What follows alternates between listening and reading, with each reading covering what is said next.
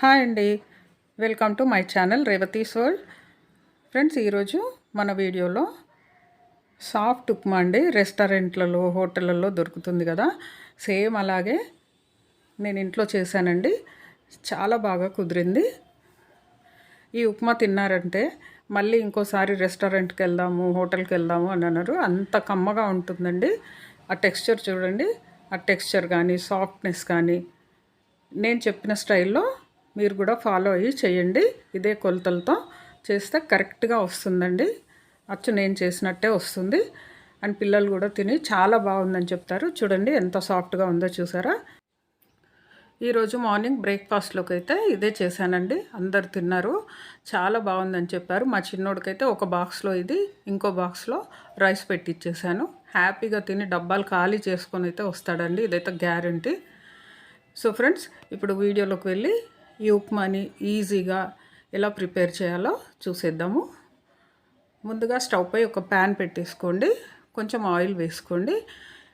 ఈ జారు ఉప్మాకి కొంచెం ఆయిల్ ఎక్కువగానే పడుతుందండి. ఇక్కడ నేను చూపిస్తున్నాను కదా, ఈ కప్పు నిండుగా రవ్వ తీసుకున్నానండి. రవ్వ వేయించుకోవాల్సిన అవసరం లేదు.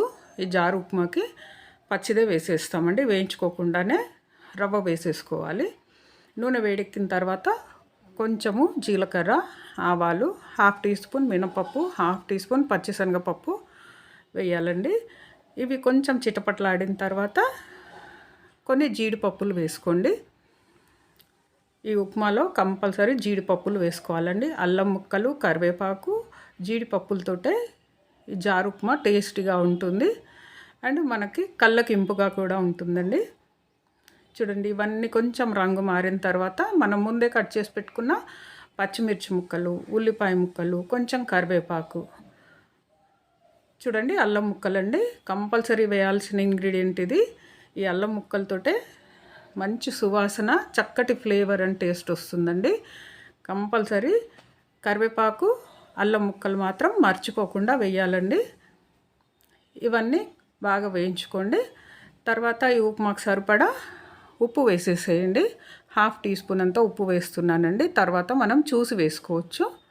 ఇలా ఉప్పు వేసిన తర్వాత ఒక 2 నిమిషాలు వేయించిన తర్వాత ఒక చిన్న టమాటో అండి, చిన్న ముక్కలుగా చేసి కట్ చేసి వేసుకోండి. ఈ టమాటోలు వేసుకోవడము ఆప్షన్ అండి, మీకు ఇష్టమైతే వేసుకోండి, లేకపోతే స్కిప్ చేసేసేయచ్చు. టేస్ట్ బాగుంటుందని నేను ఒక టమాటో వేసానండి. ఇవన్నీ వేసిన తర్వాత కొంచెం మగ్గనివ్వండి, ఒక 2-3 నిమిషాలు. ఈ టమాటో మగ్గిన తర్వాత మనం ఇందులోకి ఏ కప్పుతో అయితే ఉప్మా రవ్వ మెజర్ చేసుకున్నామో అదే కప్పుతోటి కరెక్ట్గా 4 కప్పులు నీళ్లు పోసుకోండి. 4 అంటే 4 కప్పులు కంపల్సరీ పోసుకోవాలండి. 4 కప్పులు పోస్తేనే ఉప్మా మనకు జారుగా వస్తుంది, సాఫ్ట్గా వస్తుంది. ఇలా లెక్కబెట్టి వేసుకోండి. ఇక్కడ నేను చూపించిన మెజర్మెంట్స్తో చేస్తే ఉప్మా మీకు పక్కగా టేస్టీగా వస్తుంది. అండ్ టెక్స్చర్ కూడా చాలా బాగా వస్తుందండి. ఇప్పుడు మూత పెట్టేద్దామండి. మూత పెట్టేసి ఒక 3-4 నిమిషాలు బాగా మరగనివ్వాలి. చూడండి, ఇప్పుడు మూత తీసి చూస్తున్నాము. ఈ ఎసరంతా బాగా మరుగుతుంది చూడండి.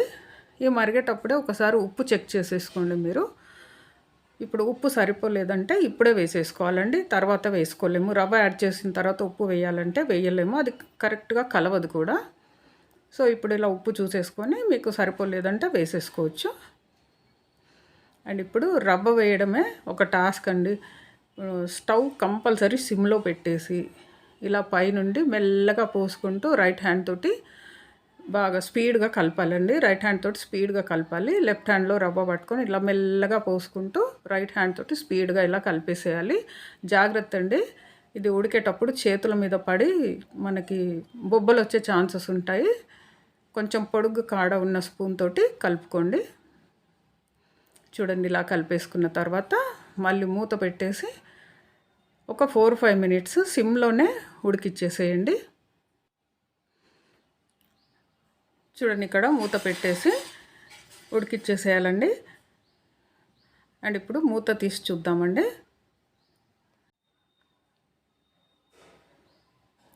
చూడండి, ఆయిల్ అంతా పైన ఎలా ఫ్లోట్ అయిందో. ఇప్పుడు స్పూన్ తోటి మనము రెండో పక్క తిప్పుకుందామండి. ఇలా కంపల్సరీ తిప్పుకోవాలి. తిప్పుకుంటే ఈ పైన ఉన్న ఆయిల్ అంతా కిందికి పోయి ఇదంతా కరెక్ట్గా కుక్ అవుతుందండి. కరెక్ట్గా కుక్ అయ్యి మనకు కరెక్ట్ టెక్స్చర్ వస్తుంది. ఇప్పుడు ప్యాన్ని వదిలిపెట్టాలి, మనకి ఉప్మా అనేది ప్యాన్ని లీవ్ చేస్తుండాలి. అప్పటిదాకా కుక్ చేసుకోవాలండి. మళ్ళీ ఒకసారి మూత పెట్టేసి ఇంకొక 3-4 నిమిషాలు కుక్ చేసుకోవాలి. ఇలా ఓపిక్గా చేసుకుంటేనే ఏదైనా కూడా టేస్టీగా వస్తుంది అండ్ పర్ఫెక్ట్గా వస్తుందండి. మరి ఇన్నిసార్లు చెప్తున్నాను అనుకోకండి. ఎంత ఓపిక్గా చేస్తే అంత టేస్టీగా ఉంటాయి మన వంటలు. అండ్ ఇప్పుడు లాస్ట్లో ఒక 2 టీ స్పూన్ల నెయ్యి వేసుకుందామండి. ఈ నెయ్యి కంపల్సరీ వేసుకోవాలి జారుప్మాలోనే కాదండి, పొడి ఉప్మాలో కూడా నేను కంపల్సరీ వేస్తాను. ఉప్మాలో ఇలా నెయ్యి లాస్ట్లో వేసుకుంటే చాలా బాగుంటుంది. సాఫ్ట్నెస్ కూడా పెరుగుతుంది అండ్ టేస్ట్ బాగుంటుంది.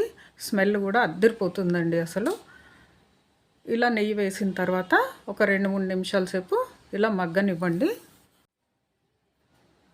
ఇప్పుడు మీకు కలిపి చూపిస్తున్నాను చూడండి, అడుగు పట్టట్లేదు అసలు. అంటే పర్ఫెక్ట్గా కుక్ అయిపోయిందండి ఉప్మా. మనం ఇందులో వేసిన అల్లం ముక్కలు, కరివేపాకు అండ్ నెయ్యి ఇవన్నీ కలిపి వేసాం కాబట్టి చాలా టేస్టీగా వచ్చిందండి ఉప్మా. ఇప్పుడు నేను ఇది వేరే ప్లేట్లోకి షిఫ్ట్ చేస్తున్నానండి. చూడండి, అసలు ప్లేట్లో వేస్తుంటేనే ఎంత సాఫ్ట్గా అనిపిస్తుందో కదా. సాఫ్ట్గానే కాదు, చాలా టేస్టీగా వచ్చిందండి. సో ఫ్రెండ్స్, ఈ వీడియో కనుక మీకు నచ్చినట్టయితే నా వీడియోకి ఒక లైక్ చేయండి. ఈ వీడియోని మీ ఫ్రెండ్స్ అండ్ రిలేటివ్స్కి షేర్ చేయండి. అండ్ ఫస్ట్ టైం నా ఛానల్ని చూస్తున్న వాళ్ళు సబ్స్క్రైబ్ చేసుకొని బెల్ ఐకాన్ క్లిక్ చేయండి. బెల్ ఐకాన్ క్లిక్ చేస్తే నేను పెట్టే వీడియోస్ అన్నీ మీకు నోటిఫికేషన్లో వస్తాయండి. అండ్ థ్యాంక్స్ ఫర్ వాచింగ్ అండి. మళ్ళీ ఇంకో మంచి కుకింగ్ వీడియోతో మీ ముందు ఉంటానండి. అంతవరకు బాయ్.